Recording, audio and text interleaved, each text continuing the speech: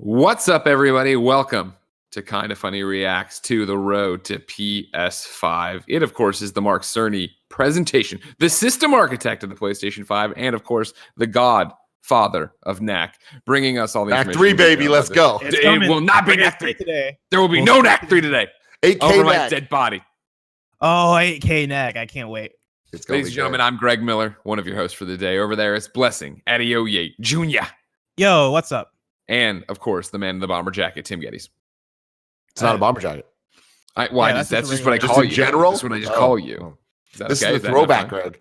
Back in the old spare bedroom, anytime we were doing a press conference, I'd always bust out a new outfit. I've never worn this shirt before. Wow. So it's a throwback in terms of style, but not this is in in terms honor of substance. Of Mark Cerny. Wow. Wow. That's a visual aid right there. Tim, what are you expecting to get today? Honestly, this is the most tempered my expectations have ever been for one of these type of things. I'm expecting nothing but tech talk. I'm expecting Mark Cerny to point at a lot of things. And with this delivery format, I don't even know what I'm expecting, but I wouldn't be surprised if it was very, very, very numbers and flops focused. Of course. Blessing? I'm the exact same as Tim. I'm expecting a lot of technical talk. I expect a lot of teraflops. I kind of expect NAC 3 just as like a demonstration kind of thing. Like, hey, let's show you the power of the PS5. There were rumors we talked about last week about the Silent Hill situation, and in those rumors they said that that would be, I guess, talked about or revealed this month. That feels like it might be too much for this presentation, but it being 52 minutes long, I feel like leaves room for maybe things we aren't expecting. But at the very least, just technical talk is what I'm expecting. The very least, I expect to see Spider-Man. We're going to see Spider-Man. Sure, load times. It's starting. Here we go. The YouTube premiere is 2 minutes remaining, ladies and gentlemen. Of course, if you're watching this being like, I get the mouse off the screen, do these different things, remember, we are working from home, and we are figuring a lot of things out. Big Kev Jog on the ones and twos running this through Discord over there. Now, is this really loud for you guys, or is it just Yes, it is very loud. Kev, if you can bring it down just a little bit. Tim, for all intents and purposes, is this the February event that was, the defining factor for PlayStation 4?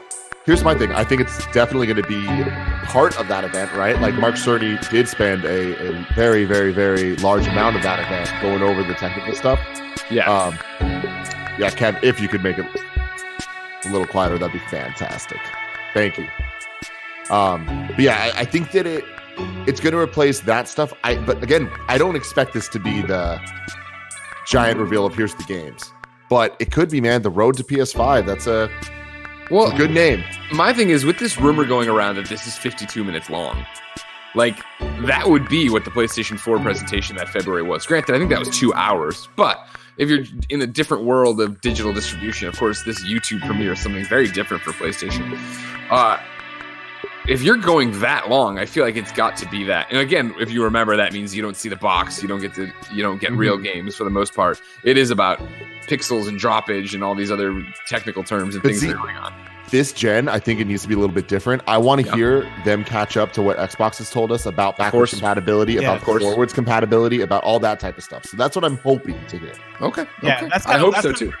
My head's there too, where I think I talked about this with Imran a little bit yesterday, where Xbox, they've been very vocal and very talkative as far as what the details are going to be about that around that box. And I expect it to be a lot of catch up here in terms of where we're at in the information race. The road to PlayStation 5 starts now. You like that?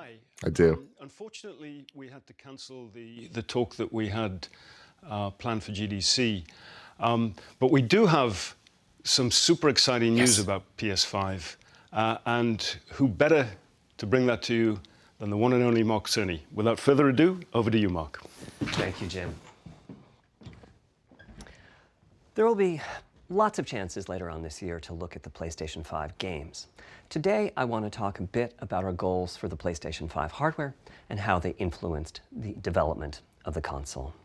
I think you all know I'm a big believer in console generations. Once every 5 or 6 or 7 years, a console I know that Cerny believes in console generations. He doesn't think they're a myth. A lot of learning by the game developers, hopefully not too overwhelming, and soon there's games that could never have been created before. Now, it used to be that as a console designer, you'd somehow intuit what would be the best set of capabilities for the new console, and then build it in complete secrecy. For the PlayStation consoles, that period lasted through PlayStation 3, a powerful and groundbreaking console, but also one that caused quite a lot of heartache, as it was initially difficult to develop games for. That cell processor, So, nobody starting dug. with PlayStation 4, we've taken a different approach, roughly centered around 3 principles. The first of these is listening to the developers, which is to say that a lot of what we put into a console derives directly from the needs and aspirations of the game creators. We definitely do have some ideas of our own, but at the core of our philosophy for designing consoles is that game players are here for the fantastic games, which is to say that game creators matter. Anything we can do to make life easier for the game creators or help them realize their dreams, we will do. So, about once every 2 years, I take a tour of the industry. I go to the various developers and publishers, sit down, and discuss how they're doing with the current consoles and what they'd like to see in future consoles.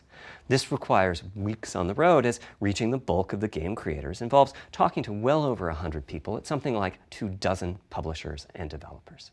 And it is incredibly valuable. By the way, the feature most requested by the developers, that was an SSD, which we were very happy to put in the hardware, but a lot of problem solving was required. I'll be doing a deep dive on the SSD and surrounding systems later on in this talk. It's also key to make a generational leap while keeping the console sufficiently familiar to game developers. I think about this in terms of balancing evolution and revolution. Now, with PlayStation 1, 2, and 3, the target was a revolution each time with a brand new feature set. That was great in many ways, but time for the developers to get up and running got longer with each console. In the past, I've called this time to triangle. Here's what I had for those 3 consoles. To be clear, Mark I'm not Cerny talking is about so time fucking to smart. Right? No, this is all like... And it may take them 6 years or so to realize their vision. What I'm talking about is that dead time before graphics and other aspects of game development are up and running, and trying to minimize that. On the other hand, if we're trying to reduce that dead time to 0, that means the hardware architecture can't change at all. We're handcuffed. We need to judge for each feature what value it adds and whether it's worth the increase in developer time needed to support it. This is all fascinating. So with PlayStation 4, It is. we were able They're to strike choosing to a pretty do it good this balance way. between performance and familiarity. We got required learning back to PlayStation 1 levels. With PS5, the GPU was definitely the area we felt the most tension between adding new features and keeping a familiar programming model. Ultimately, I think we've ended up with something under a month of getting up to speed. That feels like we're striking about the right balance. I'll go into a bit more detail later today about our philosophy with the GPU and the specific feature set that resulted from it. It's also very important for us, as the hardware team, to find new dreams, by which I mean something other than CPU performance, GPU performance, and the amount of RAM. The increase in graphics performance over the past 2 decades has been astonishing, but there are other areas in which we can innovate and provide significant value to the game creators, and through them, the players. That's why the SSD was very much on our list of directions to explore, regardless of what came out of the conversations with game developers and publishers. The biggest feature in this category is the custom engine for audio. That's today's final topic. The push for vastly improved audio, and in particular 3D audio, isn't something that came out of the developer meetings. It's much more the case that we had a dream of what might be possible 5 years from now, and then worked out a number of steps we could take to set us on that path. So here again are the 3 principles, the first being enabling the desires of developers to drive the hardware design. To me, the SSD really is the key to the next generation. It's a game changer. And it was the #1 ask from developers for PlayStation 5. As in, we know it's probably impossible, but can you put an SSD in it? That was a discussion we were also having internally. It was clear that the presence of a hard drive in every PlayStation 4 was having a positive impact. A lot of things that would simply have been impossible at Blu-ray disc speeds were now possible. At the same time, though, in 2015 and 2016, when we were having these conversations, developers were already banging up against the limits of the hard drive. And a lot of developer time was This being spent motherfucker got designing swag, and I love loads. he's so good at talking. He has not I want to flubbed focus in once. on just one number here, which is how long it takes to load a gigabyte of data from a hard drive. The difficulty being that hard drives are neither particularly fast nor flexible. If all your data is in one block, which is frankly not very likely, you can load 50 to 100 megabytes a second, depending on where the data is located on the hard drive. Let's assume it's on the outer edge, which means loading a gigabyte takes 10 seconds. If you compress your game packages, you can fit more data on the Blu-ray disc and also effectively boost your hard drive read speed by the compression ratio. We support zlib decompression on PlayStation 4 that gets you something like 50% more data on the disk and 50% higher effective read speed. Unfortunately, though, it's highly likely that your data is scattered around in various files on the hard drive, as well as sourced from multiple locations within those files. So lots of seeks are needed at 2 to 50-ish milliseconds each. My rule of thumb is that the hard drive is spending 2/3 of its time seeking and only 1/3 of its time actually loading data. Putting all of that together, a gigabyte is very roughly 20 seconds to load from a hard drive. Now, a gigabyte is not much data. Games are using 5 or 6 gigabytes of RAM on PlayStation 4, so boot times and load times can get pretty grim. Or to put that differently, as a player, you wait for the game to boot, wait for the game to load, wait for the level to reload every time you die, and you wait for what is euphemistically called fast travel. And all of that leads to the dream. What if we could have not just an SSD, but a blindingly fast SSD? If we could load 5 gigabytes a second from it, what would change? Now, SSDs are completely different from hard drives. They don't have seeks as such. If you have a 5 gigabyte a second SSD, you can read data from 1,000 different locations in that second, pretty much at speed. As for time to load a gigabyte, this is next gen we're talking about, so memory is bigger. Instead, we should be Dean asking in the chat how says, long paid to for load by Pied 2 Piper. gigabytes. And the answer is about 1/4 of a second. I mean, that's amazing. We're talking 2 orders of magnitude, meaning very roughly 100 times faster. Which means at 5 gigabytes a second for the SSD, the potential is that the game boots in a second. There are no load screens. The game just fades down while loading a half dozen gigabytes and fades back up again. Same for a reload. You're immediately back in the action after you die. And fast travel becomes so fast it's blink and you miss it. As game creators, we go from trying to distract the player from how long fast travel is taking, like those Spider-Man subway rides, to being so blindingly fast that we might even have to slow that transition down. Pretty cool, right? But for me, this is not the primary reason to change from a hard drive to an SSD. The primary reason for an ultra-fast SSD is that it gives the game designer freedom. Or to put that differently, with a hard drive, the 20 seconds that it takes to load a gigabyte can sabotage the game that the developer is trying to create. I think almost all of us in the room have experienced this, maybe in different ways. Say we're making an adventure game and we have 2 rich environments where we each want enough textures and models to fill memory, which you can do as long as you have a long staircase or elevator ride or a windy corridor where you can ditch the old assets and then take 30 seconds or so to load the new assets. Having a 30-second elevator ride is a little extreme. More realistically, we'd probably chop the world into a number of smaller pieces and then do some calculations with sight lines and run speeds like we did for Haven City when we were making Jak 2. Hey. The game is 20 years old, but not much has changed since then. All those twisty passages are there for a reason. There's a whole subset of level design dedicated to this sort of work, but still, it's a giant distraction for a team that just wants to make their game. So when I talked about the dream of an SSD, part of the reason for that 5 gigabyte a second target was to eliminate loads, but also part of the reason for that target was streaming. As in, what if the SSD is so fast that as the player is turning around, it's possible to load textures for everything behind the player in that split second? Next gen's about to be it takes sick. half a second to turn. That's 4 I love turning gigabytes around. of compressed data Yeah, you can load. especially turn That around sounds fast. about right for next gen. Anyway, back to the hard drive. Another strategy for increasing effective read speed is to make big sequential chunks of data. For example, we might group all the data together for each city block. That removes most of the seeks, and the streaming gets faster. But there's a downside too, which is that frequently used data is included in many chunks and therefore is on the hard drive many, many times. Marvel's Spider-Man uses this strategy, and though it works very well for increasing the streaming speed, there's a massive duplication as a result. Some of the objects like mailboxes or news racks are on the hard drive 400 times. What I'm describing here are things that cramp a creative director's style. Either level design gets a little bit boring in places, or the data is duplicated so many times that it no longer fits on the Blu-ray disc. And you end up with hard style is limits always on the player's cramped. run speed or driving speed. The player can't go faster than the load speed from the hard drive.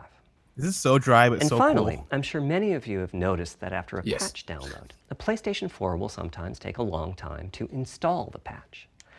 That's because when just part of a file has been changed, the new data can be downloaded pretty quickly. But before the game boots up, a brand new file has to be constructed that includes the changed portion. Otherwise, every change would add a seek or two. Even so, you can occasionally see this happening on game titles. They start to hitch once they get patched enough. With an SSD, though, no seeks, so no need to make brand new files with the changes incorporated into them, which means no installs as you know them today.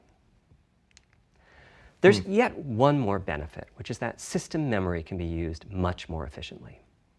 On PlayStation 4, game data on the hard drive feels very distant and difficult to use. By the time you realize you need a piece of data, it's much too late to go out and load it. So system memory has to contain all of the data that could be used in the next 30 seconds or so of gameplay.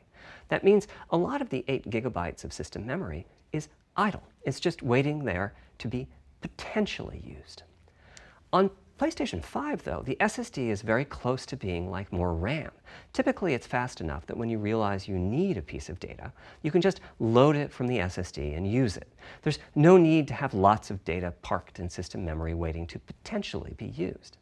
A different way of saying that is that most of RAM is working on the game's behalf.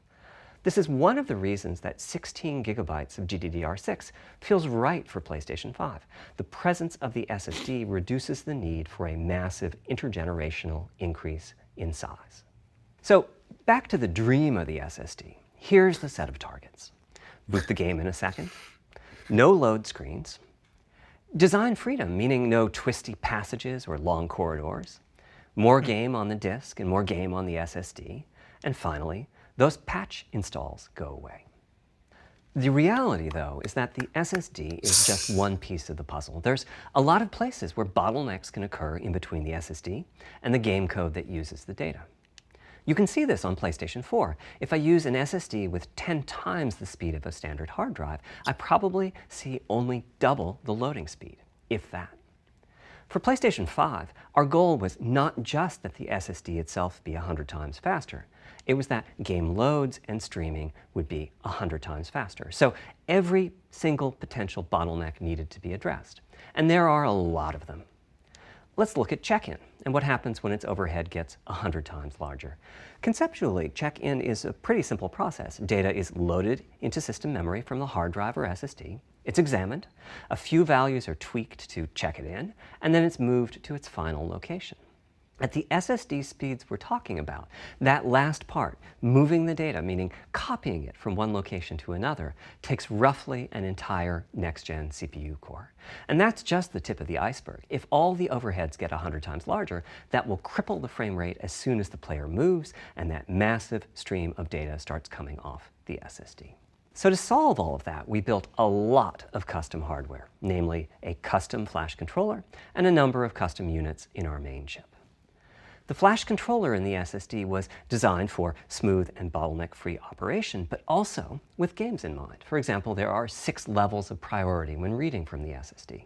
Priority is very important. You can imagine this presentation the needs an player heading SSD. into some new location in the Go world faster. and requesting a few gigabytes of textures. And while those textures are being loaded, an enemy is shot and has to speak a few dying words. Having multiple priority levels lets the audio for those dying words get loaded immediately.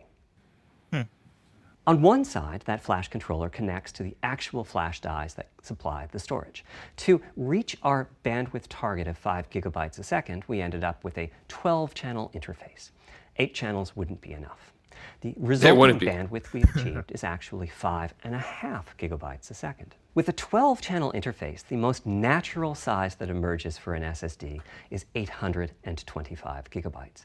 The key question for us was, Is that enough? I mean, it's tempting to add more, but Flash certainly doesn't come cheap, and we have a responsibility to our gaming audience to be cost-effective with regards to what we put in the console.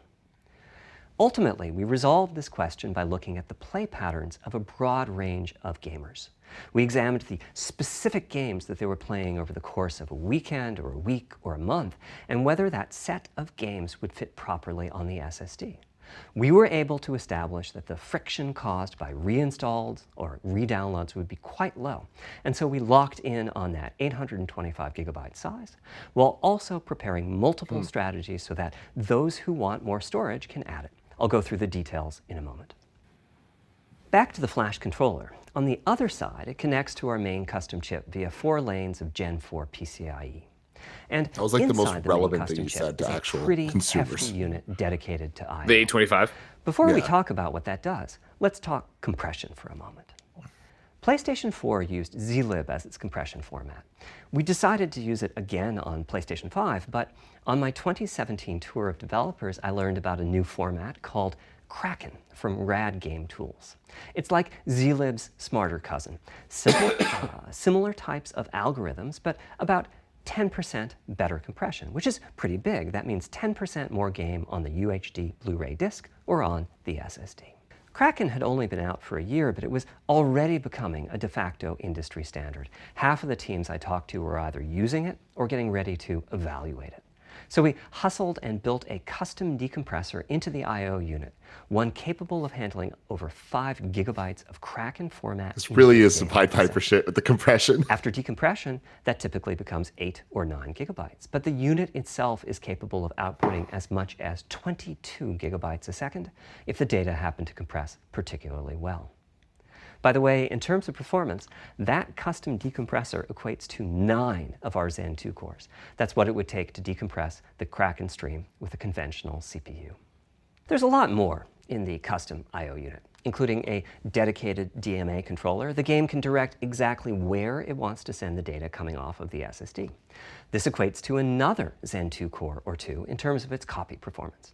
Its primary purpose is to remove check-in as a bottleneck.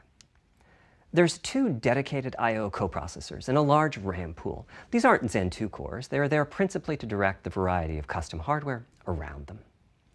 One of the coprocessors is dedicated to SSD I/O. This lets us bypass traditional file I/O and its bottlenecks when reading from the SSD. The other is responsible for memory mapping, which I know doesn't sound like anything related to the SSD, but a lot of developers map and remap memory as part of file I/O, and this too can become a bottleneck. There are coherency engines to assist the coprocessors. Coherency comes up a lot in places. Probably the biggest coherency issue is stale data in the GPU caches.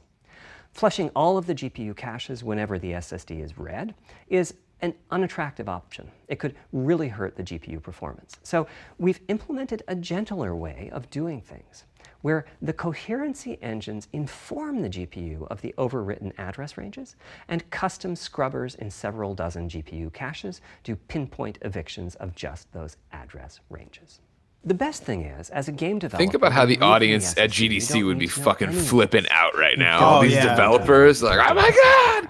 Now, here's You the just thing, though. indicate what Would they? data you'd like Because to read it's from your original what he was uncompressed just file talking and about where you'd sounds like to new. put it. Otherwise, The whole he's just process explaining how of loading SSDs it work. in Devs know happens that. invisibly to you, But he's and at explaining why very this one's price. better.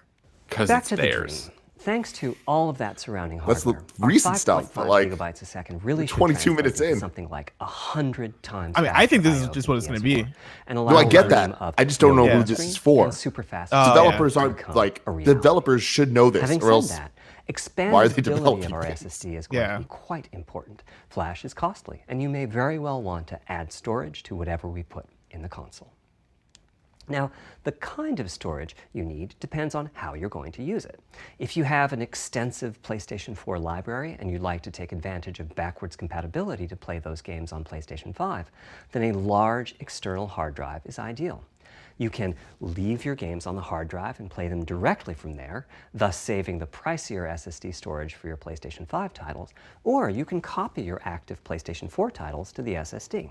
If your purpose in adding more storage is to play PlayStation 5 titles, though, ideally you would add to your SSD storage.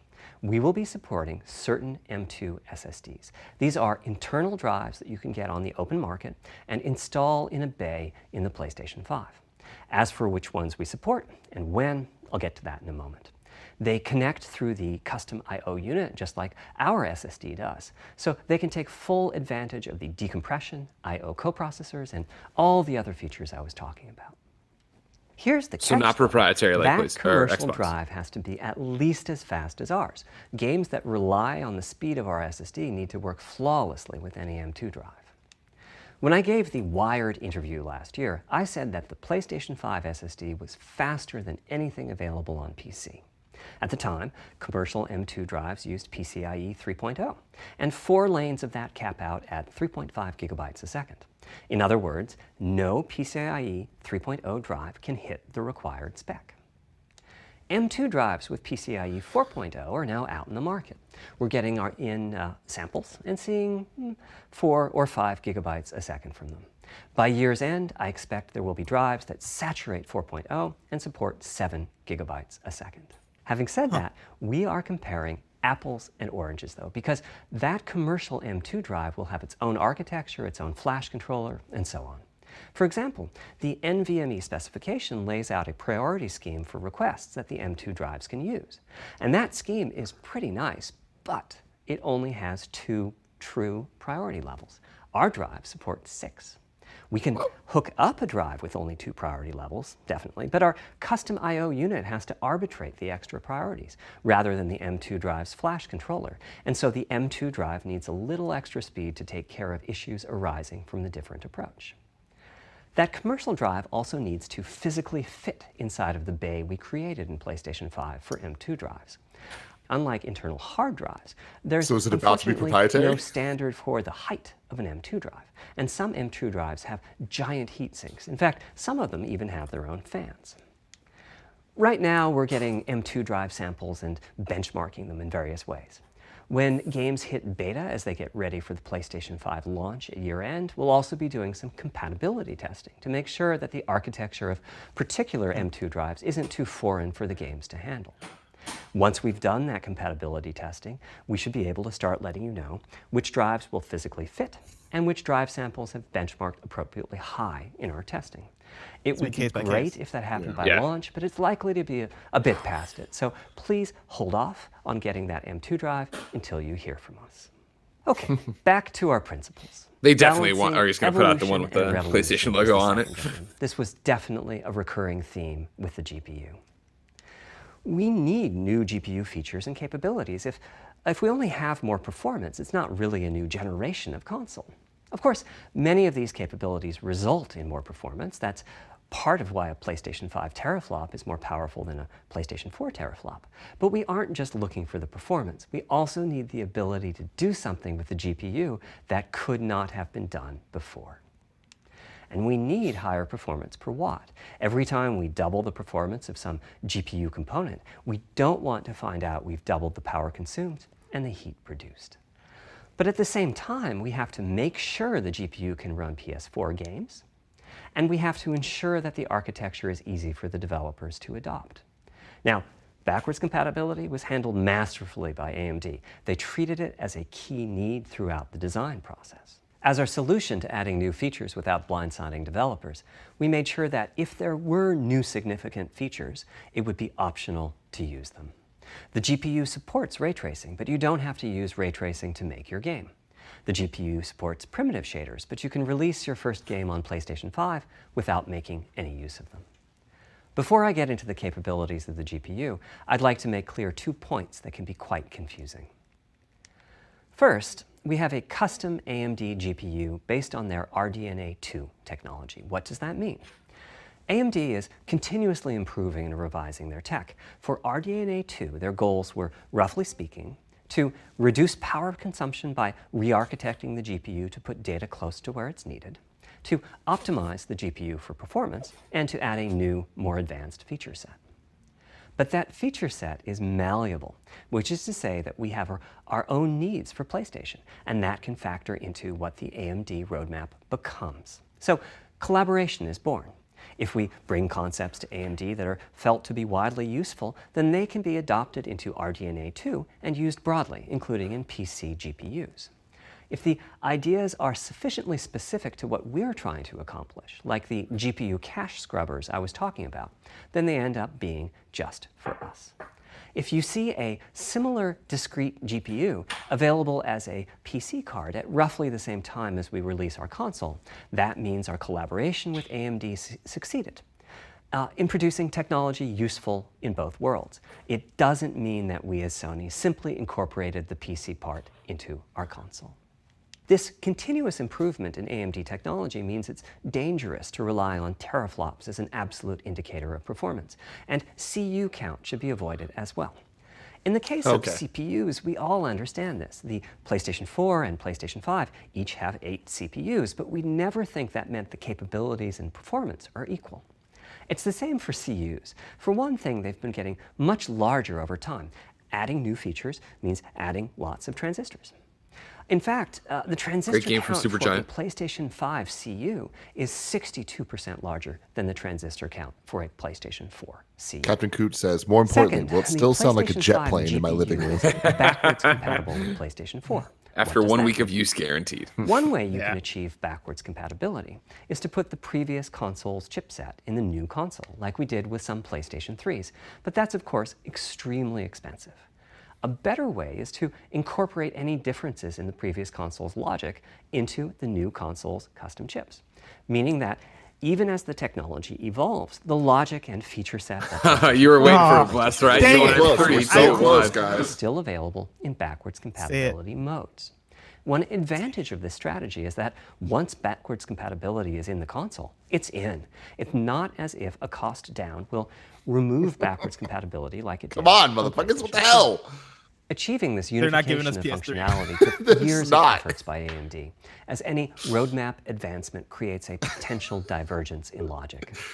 Running it was rude. Titles at boosted frequencies. They can bring it out then. They can bring that out later. The boost is I hope so. this time around. Yeah, it better be like one more just thing. Can't handle it.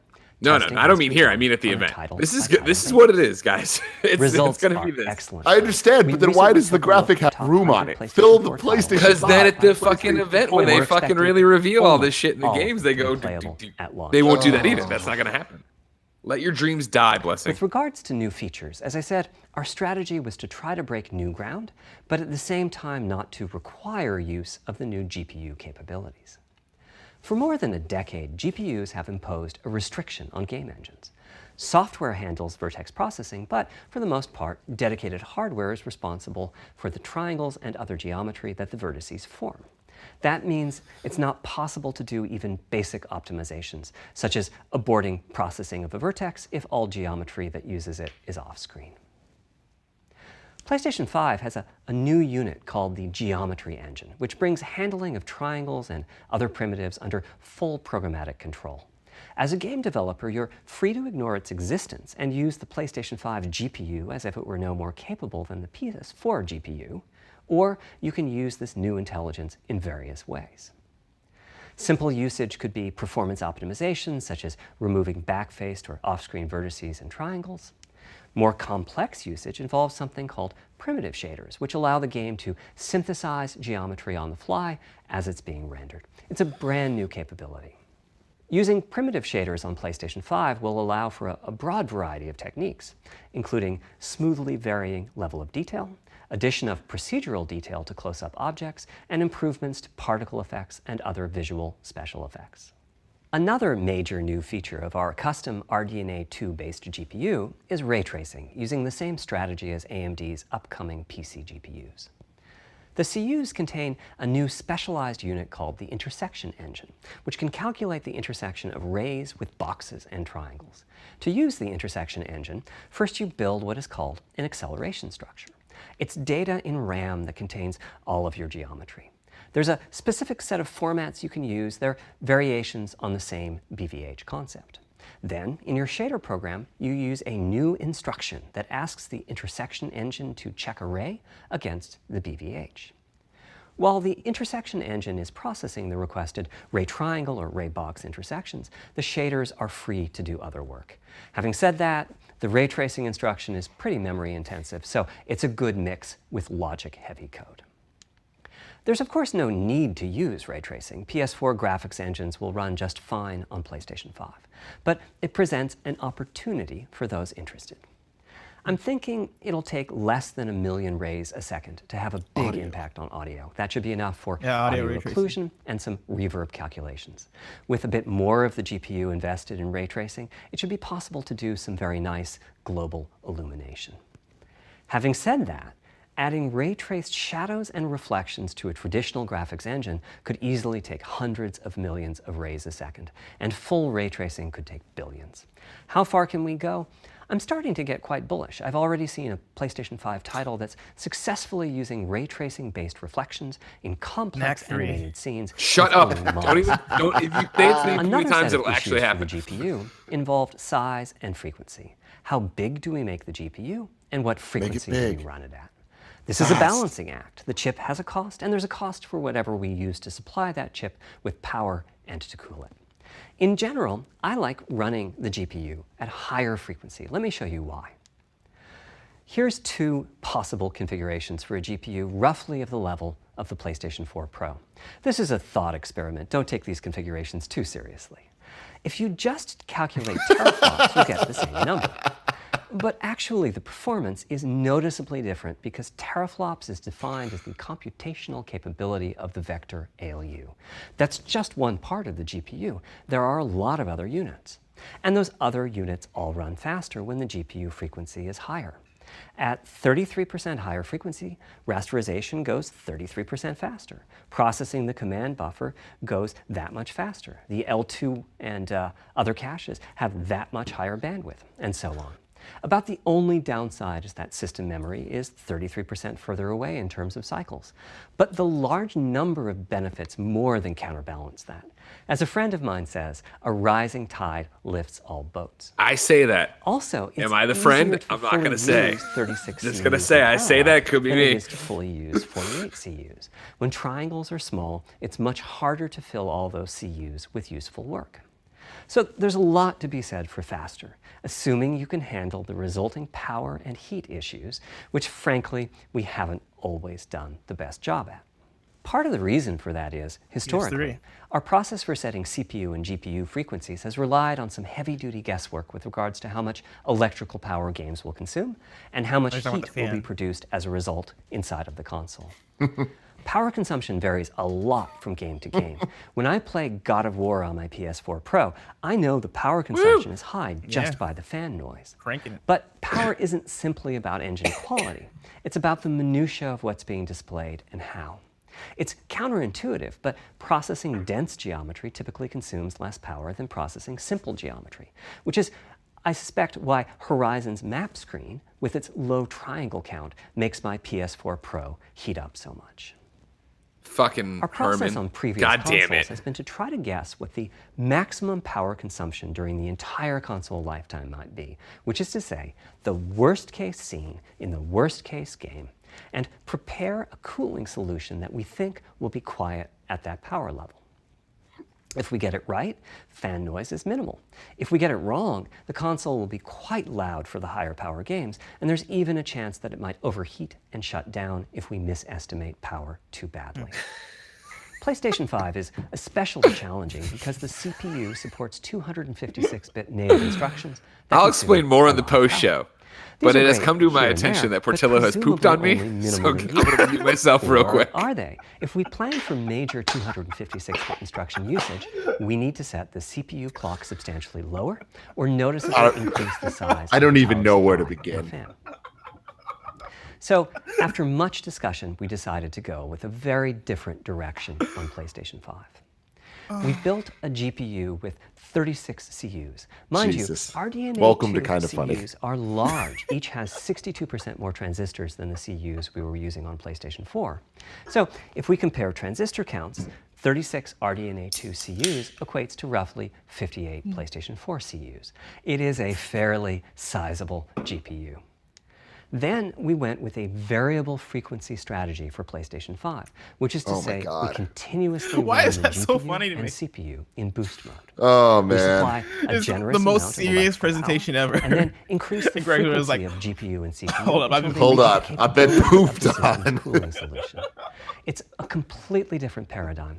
Rather than running at constant frequency and letting power vary based on the workload, we run at essentially constant power and let the frequency vary based on the workload.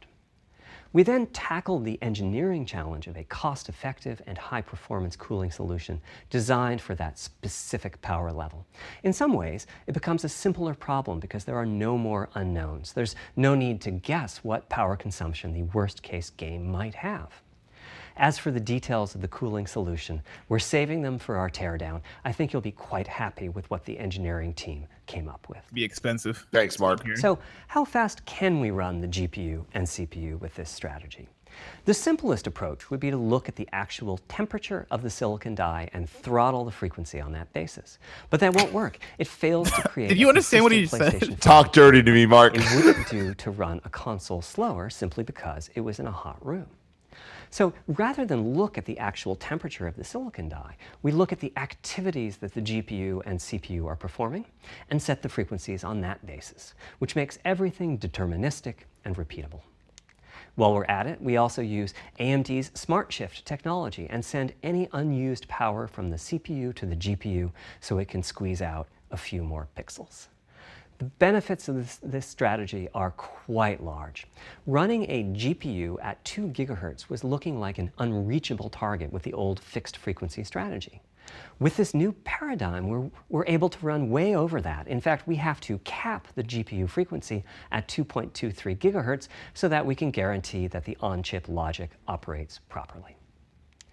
36 CUs at 2.23 gigahertz is 10.3 terabytes. What's the update, Greg? And we expect the GPU to spend most of its time at Are we in a boring or pod close here? Or did we get to the boring part of the presentation? Similarly, running the CPU at 3 gigahertz would cause a The headache fan with the shouldn't be old crazy, strategy. is what we Good, know. good. Now That's we good to can know, run too. it as high as 3.5 So you see, this morning when I gigahertz. walked, In fact, Porty, it was raining. spends most And of so its he just time wanted to at pee, that and I'm like, oh, this dog's going to need to shit at some point. That doesn't mean And so all games will be he ate, running at and then he's just been 2.23 sleeping. gigahertz And then 3.5 when I was sitting When here that getting ready, worst-case game he came arrives, over and crawled in it my will lap. run at a lower And clock then speed. I texted But Jen not because I had too the faint far. smell of To dog reduce poop. power by 10%, And I was like, it I only think Porty takes a pooped in the couple of house. percent And reduction sometime in during this efficiency. presentation, So I'd she expect came and any looked around, couldn't downtime find to be anything. pretty minor. So then at some point, he climbed All off me and things went to the considered, bed over change to the there. variable And frequency so I was approach sitting in will this show big pillow thing. significant gains for And like, yeah, I PlayStation. readjusted and I went like this, and I The final touched down. There's two little nuggets finding of new poop. dreams. It's important Not like for us on the diarrhea hardware or anything team to bad, find just little two new nuggets. ways And to I think what expand happened is when or he deepen popped gaming. himself up, That's what he led pooped us two to out. Like it was such an exertion players, we for him to experience get the in my game lap through as an old man, just like through audio and through the feedback we I receive get from it. the controller. you such as get it. You've rumbling been there. or Yeah, I've been there. Personally, I feel a Get out of game bed is the just wrong dead way. without audio. Visuals are, of course, important, but the impact of audio is huge as well. At the same time, the audio team on a game project has to do a lot with a little. For example, on PlayStation 4, there's fierce competition for the Jaguar CPU cores. Audio typically ends up getting just a fraction of a core. That's not much of a computational resource, particularly when you consider that the visuals run at 30 or 60 frames a second, but audio processing needs to happen at almost 200 times a second. So it's been tough going making forward progress on audio with PlayStation 4, particularly when PlayStation 3 was such a beast when it came to audio. The SPUs in Cell were almost a perfect device for audio rendering. Simple pipelined algorithms could really take advantage of asynchronous DMA and frequently reached 100% utilization of the floating point unit. There's unfortunately nothing comparable on PlayStation 4. Probably the most dramatic progress in the PlayStation 4 generation has been with virtual reality. The PSVR hardware has its own audio unit. It supports about 50 pretty decent 3D sound sources. And this provided a hint as to where we could go with audio, as well as some valuable experience. Not to oversimplify, but here were our goals for audio on PlayStation 5. The first goal was great audio for everyone, not just VR users or soundbar owners or headphone users. That meant audio had to be part of the console. It couldn't be a peripheral. The second goal was to support hundreds of sound sources. We didn't want developers to have to pick and choose what sounds would get 3D effects and which wouldn't. We wanted every sound in the game to have dimensionality. And finally, we wanted to really take on the challenges of presence and locality. Now, when we say presence, we mean the feeling that you're actually there. You've entered the matrix. It's not, of course, something we thought we could achieve. That's pretty cool. The idea was that if we stopped using just a rain sound and instead used lots of 3D audio sources for raindrops hitting the ground at all sorts of locations around you, then at some point your brain would take a leap and you'd begin to have this feeling of real presence inside the virtual world of the game. Would you be able to tell that all this stuff is happening with just like regular headphones, like $20 just like music headphones on? Or would you need like some crazy headphones to experience The concept of locality is simple. Any It's headphones just your sense of where the audio is coming from. To the right of you, behind you, above you. This can immerse you further in the game, and it can also directly enhance the gameplay. To use Dead Space as an example, I know, old school.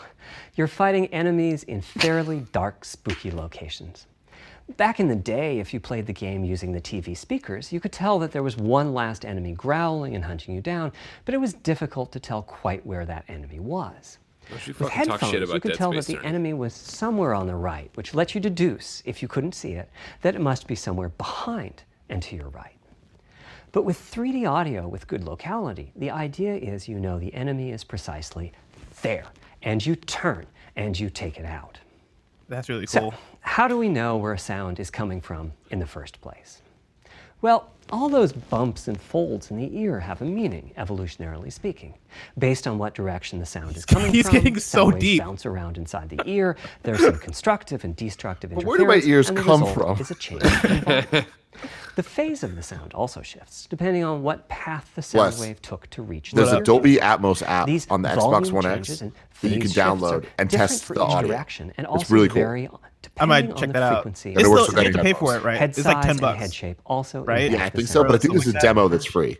The way that Okay, I the might sound check that out. changes based on direction I'm not- and frequency. now that I have can be an Xbox encoded One in a X, I've not table checked it called out the yet, but that'd probably be head-related good to transfer see. function, or cool. HRTF. I got these Beats Here's part headphones, of and it. so I don't know if The that'll... vertical axis is the frequency.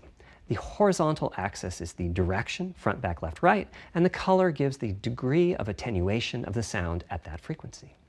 The HRTF is as unique to an individual as a fingerprint is. In fact, you're looking at mine right now. Here's how we measure an HRTF. We've taken hundreds of people through this process.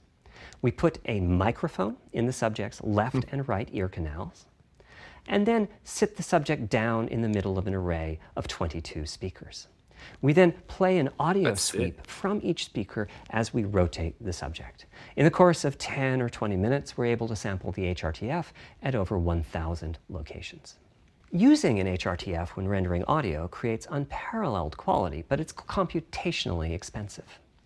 The simplest way to use an HRTF is to process a sound source to make it appear as if it's coming from one of those 1,000 locations we sample. Show us a wave crashing, or else I don't understand. In frequency domain rather than time domain, so there's multiple fast Fourier transforms needed for every sound source, for every audio tick. That's a lot of multiplies. This computational complexity was the determining factor for our strategy. It meant we had to bite the bullet and design and build a custom hardware unit for 3D audio. Collectively, we're referring to the hardware unit and the proprietary algorithms we run on it as Tempest 3D Audio Tech. The meaning of 3D audio and technology should be pretty obvious here. As for Tempest, I feel it really reflects our goals with audio. It suggests a certain intensity of experience and also hints at your presence within it. We're calling the hardware unit that we built the Tempest Engine. It's based on AMD's GPU technology. We modified a compute unit in such a way as to make it very close to the SPUs in PlayStation 3. Remember when I said that they were ideal for audio? So the Tempest Engine has no caches, just like an SPU. All data access is via DMA, just like an SPU. Our target was that it would have more power than a CPU, thanks to the parallelism that a GPU can achieve, and that it would be more efficient than our GPU, thanks to the SPU-like architecture. The goal being to make possible near 100% utilization of the CU's vector units. Where we ended up is a unit with roughly the same SIMD power and bandwidth as all 8 Jaguar cores in the PlayStation 4 combined. If we were to use the same algorithms as PSVR, that's enough for something like 5,000 sound sources. But of course, we want to use more complex algorithms, and we don't need anything like that number of sounds. Of course. It would have been wonderful if a simpler strategy, such as using Dolby Atmos peripherals, could have achieved our goals, but we wanted 3D audio for all, not just those with licensed soundbars or the like. Also, we wanted many hundreds of sound sources, not just the 32 that Atmos supports. And finally, we wanted to be able to throw an overwhelming amount of processing power at the problem, and it wasn't clear what any peripheral might have inside of it. In fact, with the Tempest Engine, we've even got enough power that we can allocate some to the games, to the extent that games want to make use of convolution reverb and other algorithms that are either computationally expensive or need high bandwidth. But the primary purpose of the Tempest Engine remains 3D audio. Now, 3D audio is a major academic research topic. It's safe to say that no one in the world has all of the answers. And the set of algorithms that has to be invented, tuned, or implemented to realize our vision for 3D audio is immense. For example, use of HRTFs in games is quite complex. Before, I talked about making a sound source appear as if it's coming from one of those 1,000 HRTF sample locations. But for high-quality 3D game audio, we have to handle other possibilities. The sound source might not be at one of the 1,000 HRTF sample locations, so we have to blend the HRTF data from the closest locations that we have sampled. The sound source might be moving, which needs very special handling as that blend keeps changing, and that can cause phase artifacts in the resulting audio. Or the sound source might have a size to it, meaning it should feel as if it's coming from an area rather than a single point. There's also whole categories of approaches to be handled. 3D audio can be implemented using individual processing of 3D sound sources. But alternatively, ambisonics can be used for 3D audio. Ambisonics being somewhat like the spherical harmonics used in computer graphics. And finally, there's audio devices. The player might be using headphones or TV speakers or have a higher-end surround sound setup with 6 or more speakers, all of which need different approaches. That's you, Tim. I see it in the background. That's a lot of variations. Yep. It's nice to have the computational resources of the Tempest Engine, but it's clear that achieving our ultimate goals with 3D audio is going to be a multi-year, step-by-step process. Having said that, headphone audio implementation is largely complete at this time. It was a natural place for us to start. With headphones, we control exactly what each ear hears, and therefore the algorithmic development and implementation are more straightforward. For TV speakers and stereo speakers, we're in the process of implementing virtual surround sound. The idea being that if you're sitting in a sweet spot in front of the TV, then the sound can be made to feel as if it's coming from any direction, even behind you. Virtual surround sound has a lot in common with 3D audio on headphones, but it's more complex because the left ear can hear the right speaker and vice versa. We have a basic implementation of virtual surround sound up and running. We're now looking at increasing the size of that sweet spot, which is to say, making the area you need to be in to feel the 3D effect larger, and we're also working to boost the sense of locality. Headphone audio is the current gold standard for 3D audio on PlayStation 5, but we're going to see what we can do to bring virtual surround sound to a similar level, after which we'll start in on setups with more speakers, such as 6-channel surround sound. It's now to the point where some of the PlayStation 5 games in development are extensively using these systems. One of the game demos allows you to toggle between conventional PlayStation 4-style stereo audio and our new 3D audio. I listened with just an ordinary pair of over-the-ear headphones, and wow, I could feel a difference. 3D audio has that dimensional feel to it. Conventional stereo audio feels smashed flat by comparison.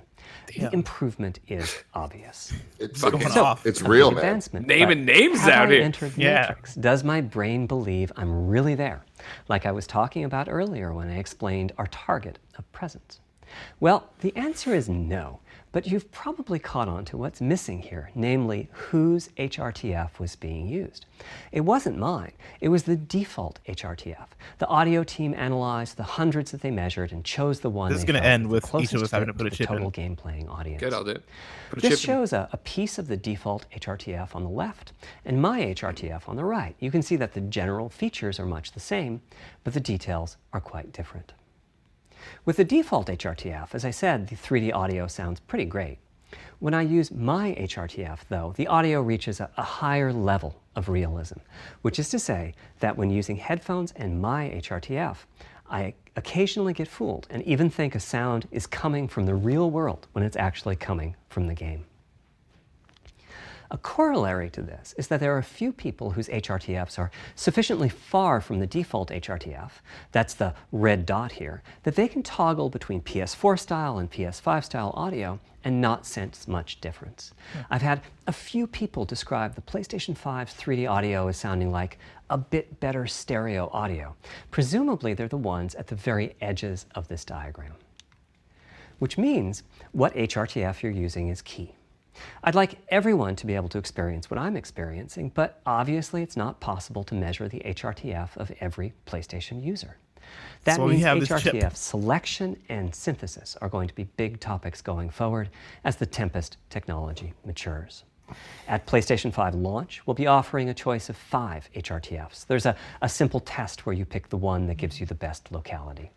That's just the first step, though. This is an open-ended research topic. Maybe you'll be sending us a photo of your ear, and we'll choose a neural network to pick the closest You fucking HRTF pervert. to your library.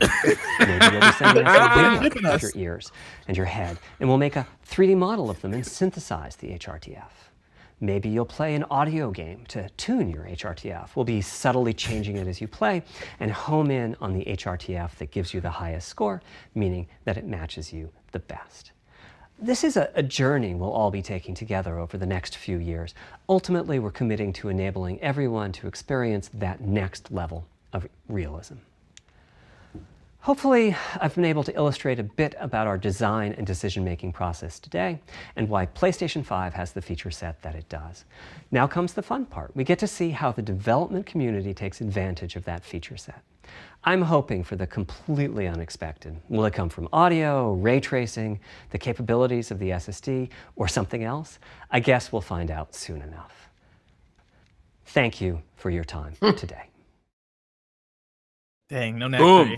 Black. Does Mark Cerny have a Twitter? Yeah. He doesn't He tweet just- often, but he has one. Are you going to fucking go after him? Tim just took a picture of his I'm ear. gonna send him my ear pic. Oh, that's great, actually. Good job. Good job. I take it back. I'm sorry.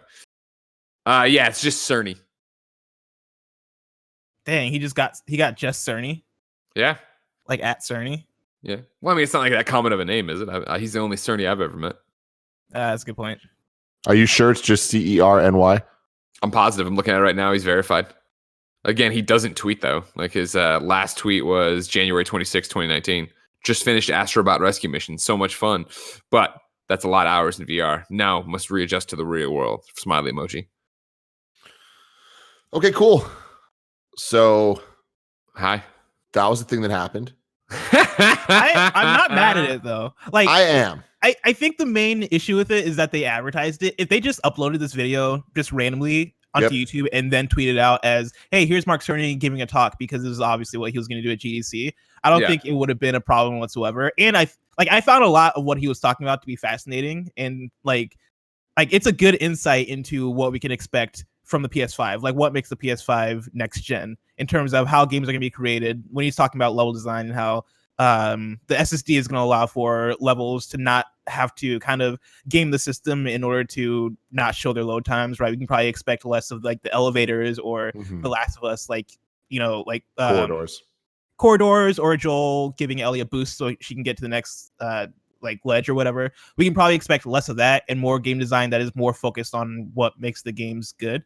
I think that stuff is exciting, but yeah, the fact that they advertised it and they put it up on Twitter as like the road to PS5 and did that the day before and had this as a premiere, I feel like was the wrong sort of approach for this specific kind of presentation.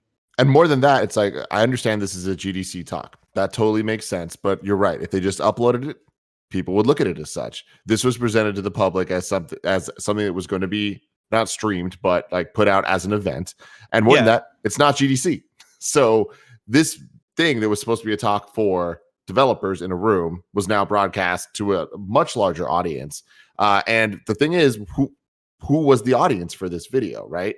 Like, because I was saying this earlier in the thing, but it's like I feel like there was at least for the first 20 or so minutes, there wasn't anything the developers wouldn't know just with knowledge of SSDs and how they work.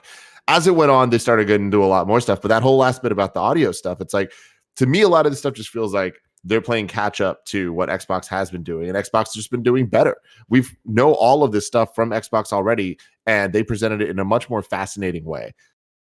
I think Xbox presented it in a lot more consumer friendly way, in a way that their audience is going to hear. Like, really, all you need for the core audience of gamers are the bullet points of like SSDs, smart delivery. That's going to allow you to do this, this, and this, and kind of get it over with. Whereas the stuff here, like, I think isn't necessarily necessary, but I found a lot of it very interesting and very fun to hear. Like, I think it's stuff that I don't fault them for putting it out there. But it is something that I feel like they should have been a little bit more lower key about. Like, this shouldn't have been presented as like, it was an interesting diversion, right? From how they've been doing it. You figure, PlayStation 5, remember, we've had 2 Wired articles on it that dropped similar things in terms of really heavy tech specs here. And yeah, I think it's a rock and a hard place for them, because they were planning on doing this at GDC. It was going to be at a game developers conference. It was going to be housed in what this week would have been of a million other things, and have it be there. So it's maybe not the first time, but maybe on the PlayStation 5, the first time they've played the bet wrong. You know what I mean? Where I think the Wired articles originally started and we're like, why are they doing this? And then it was like, oh, they're doing this because this is boring for the most part, right? And then Xbox followed suit by, we woke up Monday, and there was a giant drop on what the Xbox specs were that I don't think was fascinating necessarily to hear about or watch or see a 52-minute presentation. But as I scrolled through and grabbed news for Kind of Funny Games Daily, that was a good way to do it, right? But the difference there, though, is that they didn't just do that. They did that, and they partnered with a bunch of tech YouTubers to make deep videos that explain the stuff in a entertaining way. But I mean, here's the whole thing is I didn't want to yell it out during the show. Like, when this started, Digital Foundry's article went up. Like, Digital Foundry has the exact same thing up in terms of I've been pulling from while I was watching them. It was being able to know what's going to happen before it happened. But that's an article. But there's video. There's like 10 different videos up from different YouTubers like that know what they're talking about Xbox stuff, that are showing comparisons of Halo 5 playing on the Xbox One and the Xbox Series X, and talking about the differences and showing how quick resume works and showing all this stuff. It's like, there's no way that this can rival that. It's like they did that so expertly, where it's like, it wasn't just an article, but there was an article, and it's like it was this information just kind of presented. Here's the quick version, but hey, here's this in action. We didn't get to see anything in action with this at all. Honestly, this was all tell, no show.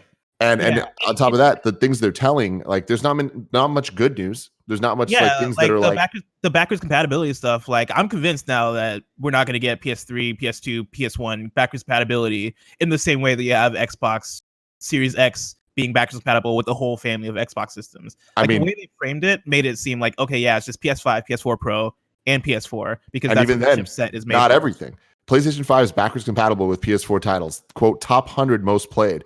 Clarification on this is most of the top 100 most played will be backwards compatible at launch. Cerny explained the PS5 is too fast for some titles. They'll require tweaks and testing. It's like, compare that to Xbox. Like, that's not good news. That's not great messaging, Yeah.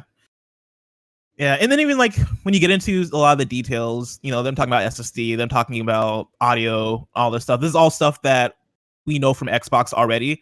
Like, Xbox hasn't necessarily gotten into as much depth as Mark Cerny went in here, but everything Mark Cerny said were things where I was like, I can probably expect all that from Xbox as well, right? Like, they have an SSD. They've even talked about audio ray tracing, which is a thing that probably isn't going to be utilized until very later in the generation. Like, it seems like so far where we're at in terms of the PS5 specs and technical details versus the Xbox specs and technical details, I don't feel sold on the PS5 as like a like a piece of technology more so than I am on the Xbox Series X, which I know this isn't like necessarily the what this is for. Like this isn't them trying to advertise or place it in or up against that system. But in terms of catching up in the information race, like I still feel like Xbox is ahead. Exactly. And the good news is all this stuff was like, oh man, PS5 is going to be rad. Xbox Series X is going to be rad. Like we're going to be dealing with a lot of technologies. They're going to make these games so much better. The SSD stuff's awesome. 3D audio is something I truly believe in, and it works. Like Xbox One X, like I was saying earlier in the thing, there's the Dolby Atmos headphone thing. You should get that. It's fantastic. It's awesome. Like all this stuff really does enhance the experience, and it's going to make these, AAA titles so much better. Like I can't wait to play Spider-Man 2 and have all these things working, right? It's just, the information race, like right now, Sony is like so far behind. This was like not the right move to make, in my opinion, at all. So wait, when you say in the information race, they're so far behind, do you mean that they're so far behind in the amount of information they've put out, or just the way they've put it out, the presentation? It's both. I mean, it's at the end of the day, it's like we have the buzzwords that Xbox has put out about the quick resume and about the I forget the thing, but the forwards compatibility thing, right? Yeah. Mm-hmm. Someone help me here. I don't remember what they were. Smart delivery. Smart delivery, right? It's like they have these things that they've explained concisely and shown what it's meant, and they're just like, boom. Right now, it's just like, oh, it's backwards compatible. That's kind of it. And it's like, we don't even know the extent of it, but we do know the extent's not far. We also know that timing-wise, it's not going to be ready at launch. It's like all of it has like weird asterisks to it, right? And then it's like they're talking about the ray tracing. They're talking about like the faster load times and like the SSDs for 30 minutes, right? Xbox showed that better. So much better. Because they showed it. And this is where I'm conflicted, because this definitely feels like it is more of a talk for developers, or at least for us to understand the standpoint of developers when it comes to these consoles. Because from PlayStation, I understand now more of what makes next gen from a game design and hardware perspective. None of this felt like he was trying to, like, this is a lot less markety than maybe like I expected it to be, which like I appreciate. Like I appreciate the deep dive, I appreciate the long talk, but even in some of the ways in which they dove deep, I still feel like I in some ways I know less than what Xbox, like for the Xbox drop we had a few days ago, for example, right? Like we know about the proprietary hard drive for that. Yeah. Whereas for a PlayStation, like they gave context on why they're not able to speak clearly about what is going to be compatible and what's not going to be compatible. But at the same time, like it feels more fuzzy for them than it does for Xbox, where Xbox has been a lot more clear and to the point with how they've disseminated this information. Yeah, you're not wrong on that for sure, right? I mean, Xbox, is able to show you the little dongle or whatever the hard drives you're going to plug into the back of it and say, this is what it is, where PlayStation very much is, we're working on it. Drives weren't there, but now they're kind of being there. We're testing some, but we've built the drive spot in the system already, so we'll let you know if it works and does. It's like, okay. Yeah, that's true. 100%. I think that would be the thing where I don't. If I can go for a second, Blessing. Yeah. Tim, I think you're onto something, and I agree with you.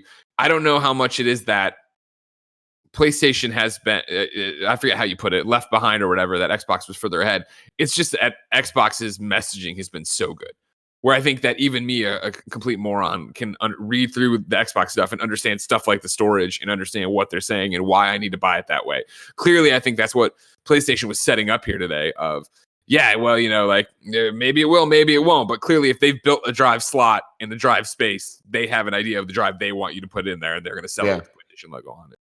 Yeah, it's just weird because not only has Xbox been so good, this all kind of feels like they know that they are number two when it comes to the flops and stuff. So it's like this kind of just felt like a very long, drawn out way to be like, hey, flops aren't the only things that matter, And it's just like, but you're not telling me what does matter in a way that matters to me. Like you're telling me what matters. You're telling me about the loads and stuff. But again, Xbox showed that. Like there's this YouTube video I saw that blew my mind of them showing the quick resume feature going off. Where do you remember who it was? I can find the name. I think it's Evan something. I can Google it. You go ahead. But they pulled up State of Decay 2, and they're playing it. And they're like, this is how quick resume works. They didn't cut the video at all. Go into the menu, switch the game, and then they pulled up Forza. And then they pulled up a different game. Then they pulled up a different game. Then they went back to State of Decay. And it was Austin Evans. Everyone's saying in the chat. it's like he did a 23-minute video that is just like breaking all the features down, and it's awesome. And he's not the only one. There's a bunch of other people that did this as well, because Microsoft targeted the right people to show off these features in the right way. And with this PlayStation thing, it's like I would have loved to see that. I loved all the examples he was using of Jack 2 and Dead Space and all that. That stuff's interesting. That's cool, and that does kind of educate us a bit on the game design side of things. It's just we're debatably 6-7 months away from this thing, and I'm hearing a lot of, well, we don't know how it's going to work yet, and like that's not what I want to hear from a deep dive. Yeah. I'm watching this Austin Evans video. I'm in a similar place as Tim, from the sense that in the ways in which on the Xbox side of things, they're actually showing how the features work, or they're communicating clearly how certain features work in a way that relates to me and how I'm going to use the console. The Jack 2 and like Dead Space examples, right? Like they gave those games as examples, and Mark Cerny talked about them and talked about what's going to be different. But talking and showing, I feel like, are two very different things that I would have liked for them to show. Like the Spider-Man demo, for example, that they have shown before, but not to the public. We didn't see it. Yeah. Like why haven't we seen that yet? Coming into this, right, I asked you guys if you thought this was going to basically be the February event for PlayStation 4, but for PlayStation 5. Even if you go back and watch that February event, right, they had more in-engine stuff of dropping the triangles, showing how this would look, what these faces would look like. Knack. Whereas this was Knack, where this was joke. Strictly like, no, I know you're not. This was strictly what you would see, I think, if Mark Cerny was on the GDC stage. Yeah. Right. Just going through slides, talking about it that way. Absolutely. And so that's the thing is like judging this for what it is. Cool. This was a fun video, and this was like, it was interesting. I'm happy really I enjoyed watching it. Yeah. Like that's the thing. Like at some points it went over my head, and I was a little bit bored when he got when he started getting into the shapes of people's ears and like the HTCF or whatever it's called. Like I should have been way more bored, but I actually was kind of into what he was talking about because it sounded really cool. But there's certain points where it's like you're getting so deep into this thing, or so deep into trying to describe what these very, very technical terms and technical stuff means for me, a moron. But it's working, and for the most part, like I enjoyed watching this. I enjoyed getting the information. I enjoyed what he was talking about. But in the context of where we're at I feel like calling it the information race is cheesy and corny and hyperbolic. But where we're at as far as like us being 6-7 months away from this console coming out, I wish we knew more. Okay. Tim? Yes. Blessing? Yep. Thank you both for joining me here on the road to PlayStation 5. I think the road has more stops in front of it as I look down. Portillo. No, I'm kidding. Ladies and gentlemen, what did you think, of course, of this Mark Cerny presentation, the system architect and the godfather of Knack? Let us know in the comments below. Remember, of course, to subscribe, like, share. There's more content here on youtube.com/kindoffunnygames each and every day. We're going to go do Kind of Funny Games Daily right now with Gary Widow. Then we got PS I Love You XOXO happening. Then Tim is probably, I don't know. What are you doing today, Tim? Quantum of Solace in review. Oh my God, you poor bastard. I'm sorry. You know what I mean? Ugh, movies, right, Bless? High five. Oh, yeah. Until next time, ladies and gentlemen, it's been our pleasure to serve you.